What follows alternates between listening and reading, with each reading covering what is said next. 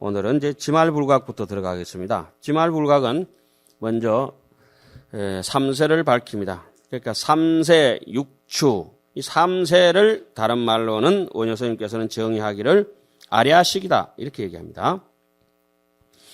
아랴식을 업상은 능소가 구분되지 않아서 굉장히 미세한 거죠. 마치 능경에 나오는 흑공먼지, 인어진처럼 먼지가 흑공 같아가지고 도저히 구분이 안 되는 것처럼 이 흑공이 이렇게 떠가 있다도 여기에 뭐 탄소도 있고 질소도 있고 뭐 여러 가지가 공기 중에 또 있지 않습니까? 예를 들자면 근데 산소를 눈을 씻고 닦고 봐도 볼 수는 없는 것이죠. 어떤 인연을 도출시켜가지고 거기에 맞는 그 화학적 그 반응을 일으켰을 때 거기에 응집을 했다가 흩어졌다 이렇게 하는 거 아닙니까? 자, 3세를 밝히다 한번 읽어보겠습니다. 무엇이 세계인가?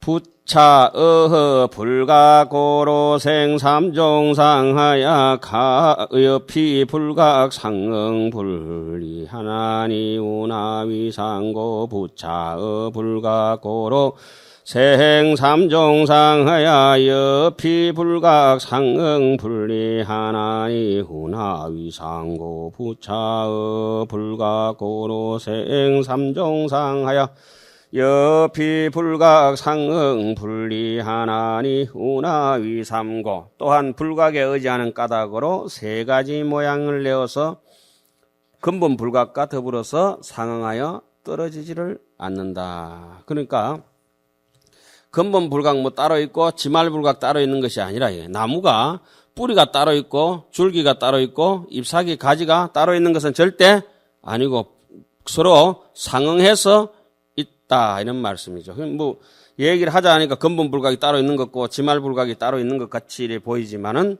전부 다 부처님 손바닥 아니다 이런 말씀이죠.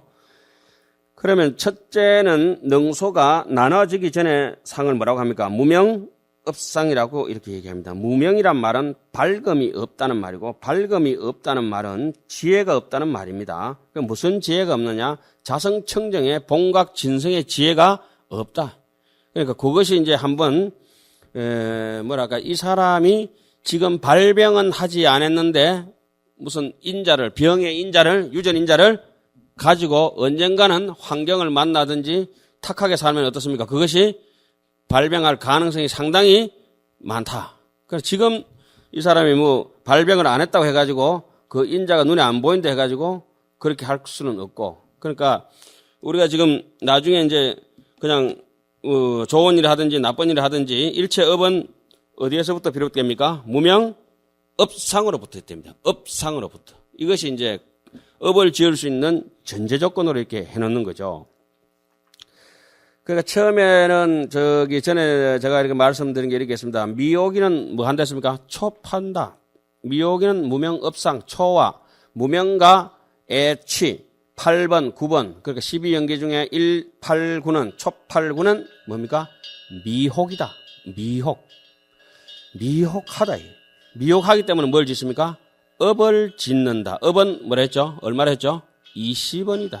이 무명이 연행하고 행년시식의 맹성명성년 유기미기인 적소견소 수연내 애연제 치연유 치착했기 때문에 욕계로 떨어지는 욕류, 생류, 무생류 무거운 업, 가벼운 업, 좀 지저분한 탁한 업 이걸 갖다가 짓게 돼가 있죠. 유라고 하는 것은 업이죠. 업. 뭐 유라고 하면 깨끗하게 해서 삼유입니다. 삼유. 3개 25유를 이렇게 얘기하지 않습니까? 유이라면 업을 지나가지고 무거운 업을 짓는 밑으로 악도로 떨어지고 악하게 살다 가고 가벼운 업을 지면은 위로 이렇게 살고 그러지 않습니까? 여기서 무명업상은 능소가 갈라지기 전이다. 능이라고 하는 것은 바깥으로 살피려고 하는 팔식 중에서 전상이라고 하죠. 그러니까 소라는 것은 거기서 살피려고 하는 힘이 생겨지는 순간에 바깥으로 파악하려고 하는 경계가 소형 경계가 반연하는 경계가 나타나니까 그걸 뭐랍니까? 현상이라 하기도 하고 현식이라 하기도 하고 그렇습니다. 지금 여기 우리가 소리를 듣고 말을 하고 이것이 전부 다 바깥으로 나와가 있는 것처럼 보이지만은 실제적으로는 안에 현식 경계에 일어난 것을 또렷하게 보고 옛 기억에 의지해서 말을 이렇게 빨리 하고 있습니다. 요 사람 요거 요물입니다. 요거 신기합니다. 요거. 안경도 맞추기도 하고 전기담화도 맞추기도 하고 분필도 만들기도 하고 마이크 소리도 만들기도 하고 요 전기도 통하게 하고 요 사람이 요물이 아니라 가만히 생각해 보니까 생각이 요물이고 그 아이디어라고 생각은 어디서부터 유출됩니까? 마음입니다. 일체가 유심조입니다. 그것과 요것이 이제 벌어지는 그 차제를 이제 한번 쭉 얘기해 놨습니다. 첫째는 무명업상이다. 일자는 무명업상이니 불각고로 심동하니 설명위협이로 각적 부동이여니와 동정유곤이여 불각인곤이라. 일자는 무명업상이니 불각고로 심동하니 설명위협이라. 각적 부동이여니와 동적유곤이가 여불리인곤이라. 일자는 무명업상이니 이여 불각고로 심동하니 설명이업이라. 각적 부동이여니와 동적유곤이가 불리인곤이라. 예, 첫 번째는 일자는 무명업상이다. 기신론에는 업적이 마음이 번뇌로 불각으로 벌어지는 차례를 몇 가지로 다루고 있습니까? 구상 9가지 모양으로 만들어 놓습니다. 소성에서는 연기를 파악할 때는 몇 연기입니까? 12연기가 일반적이지만 우리 아함경 보다 보면은 혹 9연기도 있고 혹 10연기도 있고 50연기도 있고. 그러니까 여기서 업상, 전상, 현상, 지상, 상속, 집치, 계명, 조업 이 구상 차제기는 하지만은 그것도 사람에 따라 분류하는 방법이 또 다를 수가 있다고 할 수 있는 것입니다. 또 간단하게 사성절에서 고집이다 2가지로 분류해도 괜찮습니다. 또 오온이다 이렇게 분류해도 괜찮습니다. 또 색법이다 신법이다 이렇게 나눠버려도 괜찮습니다. 그러나 기신론에서는 이 마음에 대해서 이 마음이 잘못 행해져 가지고 생각을 쫓아갈 때 그 모양을 가지고 철저하게 파헤치면서 9가지 조건을 다루고 있습니다. 업상, 전상, 현상, 지상, 상속상, 집치상, 계명자상, 조업상, 수보상 이렇게 나누죠. 이런 것은 생소하지는 않고 여러분들께서 충분히 알고 계시는 대목이고 생소하신 분들께서는 반드시 요거 한 5분이면 다 외우시니까 외우셔가지고 하셔야 될 것 같습니다. 일자는 무명업상이다. 이 무명이 어떻다고 했습니까? 진여 본각을 캄캄한 칠흑 같은 어둠으로 덮쳐버렸다. 그런데 아무리 어둠이 덮치더라도 하늘의 별은 빛나듯이 무명이 아무리 칠흑같이 덮는다고 하더라도 온 허공의 어둠뿐이라고 하더라도 별이 매몰되지 않는 것처럼 우리 진여자성도 늘 반짝거린다. 단지 구름이 가려가지고 별이 보이지 않고 달이 보이지 않죠. 이 무명으로 캄캄한 것으로는 어떻게 본각 자성청정을 어찌할 수는 없다는 것을 믿는 태도가 바로 이제 기신론을 보는 태도 아니겠습니까? 이 불각고로 무명업상이 뭘 의지합니까? 불각을 의지한 까닭으로 한문, 간용, 억구, 문법 중에 우리 이무소득고 반야신경 할 때 이가 앞에 나오고 고자가 뒤에 이렇게 나오죠. 이, 고 이렇게 붙는 거는 고덕 안욕 따라 이렇게 해가지고 이무소득고로 안욕 따라 삼맥삼벌이라 이런 게 나오지 않습니까? 이자 고자가 앞뒤로 이렇게 나오면은 중간 건 간용 억구로 뭐뭐 때문이다, 뭐뭐인 까닭이다 이렇게 됩니다. 다른 말로는 위고라고 합니다. 위고. 위자는 하위자하고 고자 이렇게 나오면 그것도 뭐뭐 때문이다, 뭐뭐인 까닭이다 이렇게 해석합니다. 좀 지루한 얘기 하니까 잠이 오시죠? 이 책에는 관심 가지실 필요 없습니다. 이 불각이라고 하는 거 요거 희한한 게 있습니다. 요거에 이제 한번 접근해 들어가 보겠습니다. 움직이지만은 크게 미세해가지고 정말 안 움직인 것처럼 이렇게 보이거든요. 원래 그대로 가만히 있는 것처럼 보이는데 요게 이제 사람 잡는 거죠. 예. 심동하니 불각을 의지해서 흔들려 버렸으니 나중에는 이제 그러니까 바늘 도둑이 소도둑 된단 말이 요런 말씀이죠. 요것을 말하기를 뭐라고 합니까? 업이라고 한다. 업상이라고 한다. 그래서 지금 이게 움직임이 각적 부동이언이야. 각적 부동이라고 하면은 이 봉각자리, 시각자리, 불각이 아니고 본래 마음을 그대로 쓸 것 같으면은 적정의 자리, 비로소 고요해져서 무념무상 절일체가 되면은 원효스님은 이 대목을 제가 뭐라고 말씀드렸습니까? 시덕 적정이면은 적시 극락이다. 이렇게 얘기했습니다. 시덕 적정이면은 비로소 적정함을 얻으면은 그 자리가 극락이다. 적시 극락이다. 그런데 뭐 우리는 한 번도 이 생각을 끊어볼 생각도 없고 잘 때도 꿈속에서 끊어볼 생각을 못 해가지고 안달부달입니다. 계속 무슨 생각이든지 잡념을 갖다 붙이고 있습니다. 좋은 생각이든 나쁜 생각이든 무심하게 떡 하나 먹지 못하고 계속 갖다 붙입니다.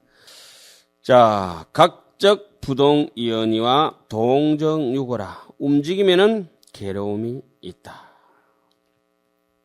뭐 여기는 아주 근본 불가하면서 조금 수준을 많이 낮추겠습니다. 수준을 완전히 낮춰서 저 뒤에 오바라밀이 나옵니다. 보시지계 인욕 정진 지간바라밀이 나오게 되는데 그 오바라밀 중에서 인욕바라밀이 이렇게 얘기합니다. 이세해의 칭기고락 이 8가지에 흔들리면 안 된다. 이 8가지 흔들린 사람을 팔풍이라고 하죠. 팔풍. 큰 스님입니까? 예, 안녕하세요. 이래가지고 이익을 좀 줍니다. 돈을 돈 1000만 원 갖다 드리면 입이 만큼 기잡으러 가가지고 좀 찢어질지 모릅니다. 그럼 이익에 흔들리는구나. 이세 어떤 스님이 이제 뭐 열심히 해가지고 뭐 스님이든지 아니든지 바깥인지 높은 자리에 있다가 쫄딱 망해가지고 낙마를 해버렸다. 이 쇠입니다. 쇠망했을 때도 마음이 흔들림이 없어야 되고 지금 현재 있는 것보다도 더 보태져도 마음이 흔들림이 없어야 적정이라고 하죠. 그런데 우리는 그렇지 않습니다. 그 다음에 살짝 이세 해에 그 사람 안 보이는 데서 막 뒤에 헐뜯는 소리만 누가 했다 이러면 전화까지 해가지고 복수전을 펼칩니다. 처사님이 내인데 그럴 수 있냐고 내가 얼마나 잘해줬는데 비방하는 소리만 들어도 무심해야 됩니다. 무화상, 무인상, 무중생상, 무수자상. 또 남들이 나를 보이지 않는데 그 스님 대단한데 뭐 내지는 경허 스님 같은 분들은 뭐 자기가 보이지 않는 데서 나를 막 축기셔가지고 이런다 하더라도 거기서 우쭐해져 버리면은 자기는 이제 쫄딱 망하는 거죠.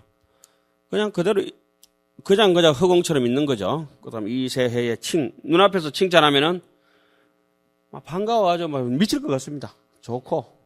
근데 가만 앞에서 이렇게 막 헐떡고 이러면은 어떻습니까? 무심할 줄 모르는 자기 잘못이 아니고 어떻습니까? 상대가 사람이 인격이 있지 말이야. 그 많은 사람 앞에서 나를 그런 식으로 무시하냐고. 이 심격은 마음격은 그 어디에도 무시당할 수가 없다는 걸 이제 본질적으로 파악하고 이제 들어가는 거죠. 암경에서 부처님 그러놨죠. 부처님 욕독고 이러면 기분 안 나쁩니까? 기분 바람 부는 쪽으로 향해서 흙먼지를 날려봐라.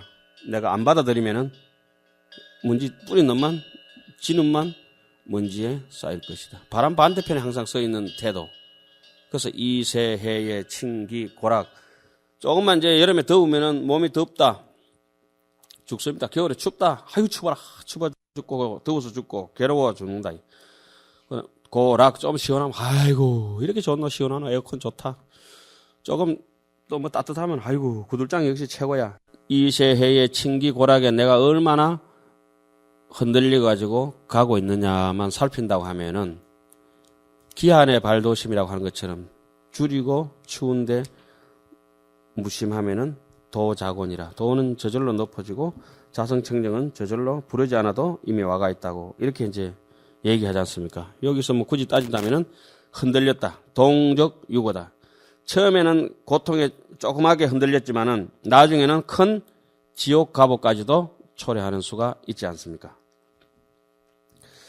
이 모든 그쪽에 번뇌의 씨앗은 무명업상으로부터 시작된다고 하는 얘기를 이렇게 해놨습니다. 그러나 요 무명업상이 과가 분리인고원이라 요 처음에 조그맣게 흔들린 게 약간 흔들어 버리는 것이 처음에 기준점을 잘못 잡은 것이 끝내는 박사리가 저기 골프를 치다가 골프는 스님들이 많이 치셔야 되거든요. 골프 홀 지름이 108mm 아닙니까? 골치 아픈 일은 다 푼다고 그래. 골프. 뭐 농담입니다만.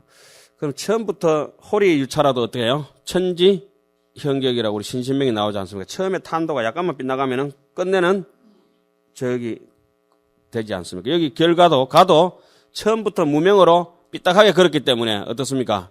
결국 정인에 가서 맞아 떨어질 수는 없고 늘 업보중생으로 살다가 간다고 하는 그 대목을 이제 이렇게 기술해 놓은 것 같습니다.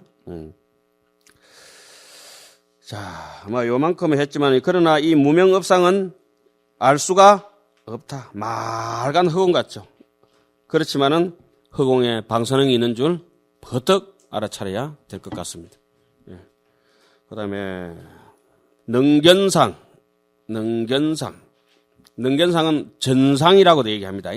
뭘 보려고 하는 힘, 능이 살피려고 하는 힘이 있으니까 생심, 겸물, 그죠? 보려고 하는 힘이 있으니까 뭐가 생겨집니까?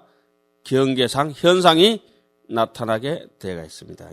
이것이 바깥으로 나오지는 않아도 팔식 속에 있는 거지만은 이미 안에서 업상돼가지고 마음이 한번 흔들려 버리고 전도몽상을 갈 수 있는 요건이 전상이, 능견상이 이제 먼저 움직여 버렸습니다. 그래서 능견상을 밝힌다. 능견상이라고는 어떤 것이냐?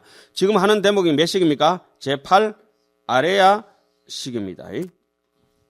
제8 아레야식은 지난 시간에 뭐라고 했죠? 항이 비심이다. 항상 있기는 있는데 살피는 힘은 없다. 우리 심판 본다 할 때 심자입니다.